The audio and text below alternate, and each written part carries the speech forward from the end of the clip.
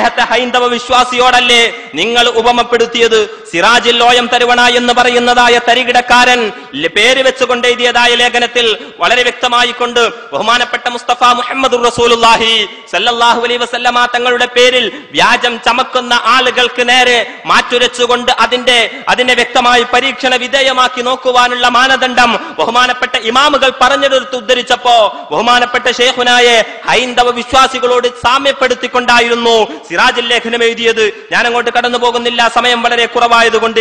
ഇരിക്കട്ടെ, ഇങ്ങനെ ഹദീസിലേക്ക് സുന്നത്തിലേക്കൊക്കെ ജനങ്ങളെ അങ്ങനെ കൊണ്ടുപോകുവാനും കബളിപ്പിക്കുവാനുമുള്ള നിഗൂഢമായ നീക്കങ്ങൾ നടത്തിക്കൊണ്ടിരിക്കുന്ന ഇവര് തന്നെ കത്തിച്ചു നോക്കിയ സംഭവം ഞങ്ങൾ കഴിഞ്ഞ തവണ കാണിച്ചതാണല്ലോ. പകര എന്ന് പറയുന്ന ഇവരുടെ സ്വപ്നജീവി അദ്ദേഹം പറഞ്ഞിട്ടുണ്ടല്ലോ, സാക്ഷാൽ അഹമ്മദ് ഹസ്രജി ഇങ്ങനെ മുടിയുടെ എണ്ണം കൂടുമ്പോ അത് ഞാൻ എന്റെ തലയിൽ മുടിയെടുത്ത് കത്തിക്കും, അത് കരയും. പിന്നെ ഞാൻ ഇതിൽ നിന്നുകൊണ്ടുള്ള മുടിയെടുത്ത് കത്തിക്കും, അതിന് യാതൊരു കരയിലും സംഭവിക്കൂല.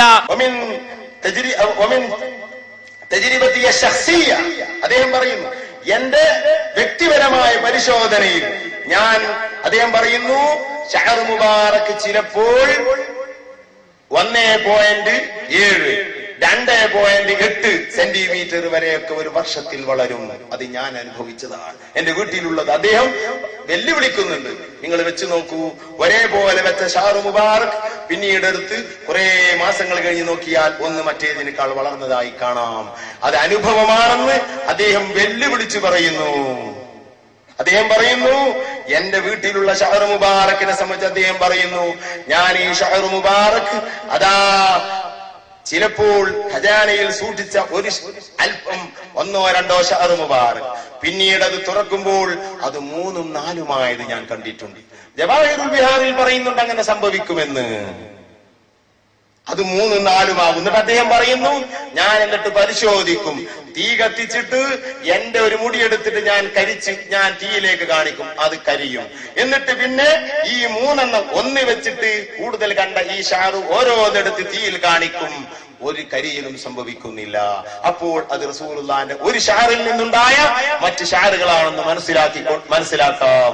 അങ്ങനെ ഞാൻ എത്രയോ പരിശോധിച്ച അനുഭവം എനിക്കുണ്ട് എന്ന് പറഞ്ഞുകൊണ്ട് അദ്ദേഹം ഉദ്ധരിച്ചതായ ഉദ്ധരണികൾ വളരെ സുവ്യക്തമായി കൊണ്ട് കഴിഞ്ഞ തവണ കാണിച്ചതുകൊണ്ട് ഞാൻ അങ്ങോട്ട് കടന്നു പോകുന്നില്ല. ഇനി അങ്ങനെ സ്ഥിരീകരണത്തിന് വിധേയമാക്കിക്കൊണ്ട് കടന്നു വന്നാൽ ഏതെങ്കിലും രീതിയിൽ നമ്മൾ രക്ഷപ്പെട്ടേക്കുമോ എന്ന് ഭയപ്പെട്ടുകൊണ്ട്, അതായത് ഇവിടെ സാക്ഷാൽ നൗഷാദ് അടക്കമുള്ള ആളുകൾ മറുപടി പറയാതെ ഉരുണ്ട് കളിച്ചതായ ഒരു മാർഗമുണ്ട്. അദ്ദേഹത്തിന് ലഭ്യമായി എന്ന് പറയുന്നതായ ക്ലിപ്പിൽ വളരെ വ്യക്തമായി കൊണ്ട് പരാമർശിക്കപ്പെടുന്നുണ്ടല്ലോ, ഞാൻ ഹസ്രജിക്ക് മുടി കൊടുത്തിട്ടുണ്ട് എന്ന്. ആ ഭാഗം എന്തുകൊണ്ട് തൊടാതെ പോയി? ഖാസ്റജിക്ക് മുടി എവിടെ നിന്ന് കിട്ടി? നിങ്ങൾ മർക്കസിൽ വെച്ചുകൊണ്ട് പറഞ്ഞതെന്താ?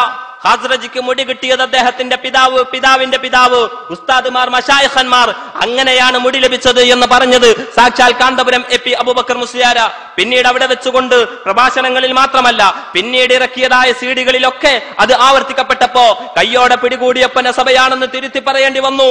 അതിന് വിരുദ്ധമായി മറ്റൊരു സനദ് വളരെ വ്യത്യസ്തമായി കൊണ്ട് തന്റെ പിതാക്കന്മാരുടെ പരമ്പരയിൽ കൂടി തന്നെയാണെന്ന് അഹമ്മദ് അസ്രജി തന്നെ പൂങ്കാവനത്തിലൂടെ സുന്നി വോയിസിലൂടെയും വിശദീകരിക്കുകയുണ്ടായി. ഇങ്ങനെ വ്യത്യസ്തമായ സനദ് വന്നപ്പോഴാണല്ലോ മാറ്റി പറയാൻ പേരോട് മൗലവി നിർബന്ധിതനായി തീർന്നത്.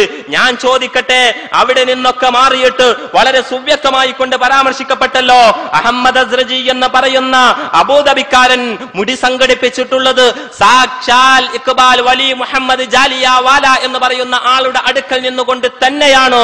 ഇഖ്ബാൽ ജാലിയാവാലക്കാണെങ്കിലോ അതെവിടെ നിന്നാണ് അദ്ദേഹം പറഞ്ഞത് എന്ന് കുറച്ചു കഴിഞ്ഞാൽ നിങ്ങൾക്ക് കാണിക്കാനിരിക്കുന്നു.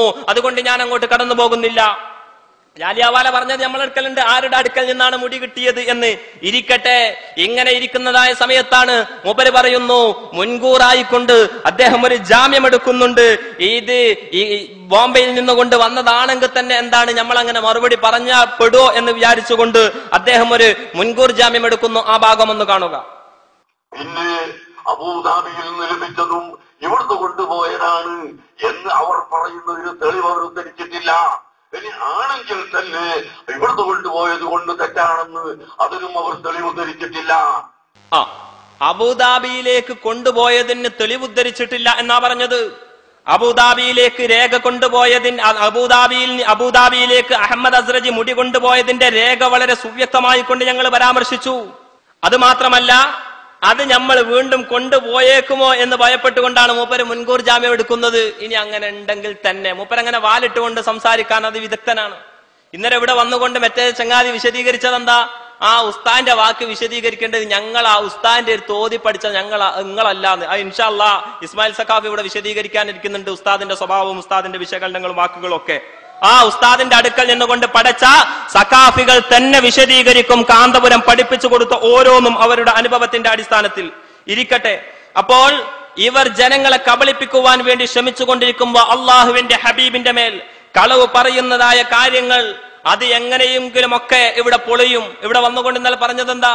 ഇവിടെ നിന്നുകൊണ്ട് മുടി വാങ്ങാൻ വേണ്ടി ഹമീദ് വൈസി പോയപ്പോ അവിടെ ജാലിയാവാലിന്റെ കൈ മുത്തിയിട്ടുണ്ട്, അദ്ദേഹം വലിയാണെന്ന് അവർ സമ്മതിച്ചിട്ടുണ്ട് തന്നെ. ഇവിടെ കാര്യം കാണാൻ വേണ്ടിട്ട് ഏത് കൈതന്റെ കാലം പിടിക്കേണ്ടി വരും? ഇവിടെ കാലൊന്നും പിടിച്ചില്ലല്ലോ, കയ്യേ പിടിച്ചുള്ളൂ. കാരണം ജാലിയാവാല എന്ന് പറയുന്ന മുടിക്കച്ചവടക്കാരനിൽ നിന്നുകൊണ്ട് ഞങ്ങൾക്ക് മുടി കിട്ടണം. അത് ഇവിടെ വന്നുകൊണ്ട് നാട്ടുകാർക്ക് ബോധ്യപ്പെടുത്തി കൊടുക്കണം. അതിന് താഴാൻ പറ്റിയ പരിധിയോളം ഞങ്ങൾ താന്നിട്ടുണ്ട്. ബഹുമാനപ്പെട്ട ഹമീദ് ഫൈലി അതിനനുസരിച്ച് അടവെടുത്തിട്ടുണ്ട്. നിങ്ങൾ വിചാരിച്ച് ഇത് അങ്ങനെയൊന്നും അങ്ങ് കഴിച്ചിലാകാൻ പറ്റുന്ന സംഗതിയാണെന്നോ? അത് നടക്കൂല. ഏതോ ആവട്ടെ, ഞാൻ അങ്ങോട്ട് നീട്ടിപ്പരത്തി പറഞ്ഞു പോവുകയല്ല. ഇവിടെ വന്നുകൊണ്ട് അദ്ദേഹം പിന്നീട് പറഞ്ഞത്, ഞാൻ അവിടെ പോകുമ്പോ ഒരുപാട് ഇമാമിയങ്ങൾ ഉണ്ടായിരുന്നു, അവിടെ മൗലിദ് നടക്കുന്നുണ്ടായിരുന്നു എന്നൊക്കെയാണ്. എന്നാൽ അദ്ദേഹത്തിന് സത്യത്തിന്റെ ലവലേശമെങ്കിലും ജീവിതത്തിൽ പുലർത്താൻ സാധിക്കുമെങ്കിൽ പോയി പരിശോധിച്ചു നോക്കട്ടെ. ഒരു 5 വക്ത് വേണ്ട, 2 വക്തെങ്കിലും ഇഖ്ബാൽ വലി മുഹമ്മദ് ജാലിയാവാല എന്ന് പറയുന്ന മനുഷ്യന്റെ ജീവിതം, അദ്ദേഹത്തിന്റെ നിസ്കാരത്തിന്റെ സമയത്ത് അദ്ദേഹം എന്ത് ചെയ്യുന്നു എന്ന് പരിശോധിക്കാൻ ഇവരുടെ കൂട്ടത്തിലുള്ള ആളുകളൊന്ന് തയ്യാറാകുമോ? എന്തിനങ്ങനെ മടി? എന്തിനാ നിങ്ങൾക്ക് മടി? ആരാ ജാലിയാവാല എന്ന് വളരെ സുവ്യക്തമായി പഠിച്ചതിന്റെ ശേഷം തന്നെയാ ഞങ്ങൾ അത് പ്രഖ്യാപിച്ചത്. അല്ലാണ്ട് മുടി കിട്ടിയും ഇവിടെ വന്നുങ്ങാട്ട് എന്നെ വിളിച്ചിരുന്നതല്ല. ജാലിയാവാല ആരാണ് എന്ന് അന്വേഷിച്ചത് തന്നെ, അല്ലാതെ നിങ്ങളാരും റൂട്ട് പറഞ്ഞൊന്നല്ലോ. ഞങ്ങളതാ ഇപ്പോഴും ചോദിക്കുന്നു. അതിന്റെ അടുത്ത ആള് ഗുലാം അബ്ദുൽ ഖാദിർ ജീലാനി എന്ന് പറയുന്ന മനുഷ്യൻ, നിങ്ങൾ വായിച്ച സനദില് നിങ്ങൾ പറഞ്ഞ ആള്, അദ്ദേഹത്തെയും ഞങ്ങൾ അന്വേഷിച്ചു കൊണ്ടിരിക്കുകയാണ്. കണ്ടുപിടിച്ചിട്ടുണ്ടോ ഇല്ലയോ എന്നുള്ളത് പറയാനായിട്ടില്ല. ഇരിക്കട്ടെ. നിങ്ങൾ എന്താ മനസ്സിലാക്കിയത്?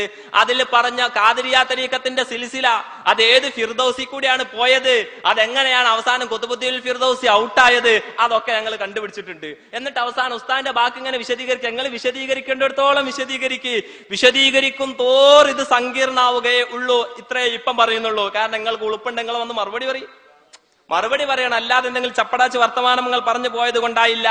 ഇനി പറയട്ടെ. ആ സ്ക്രീനിൽ കാണുന്നത്, ഈ കാണുന്ന കുബ്ബ ഇന്നലെ ഇവിടെ വെച്ചുകൊണ്ട് സംസാരിച്ചു പോയി എന്ന് പറയുന്ന മനുഷ്യൻ കണ്ടിട്ടുണ്ടോ?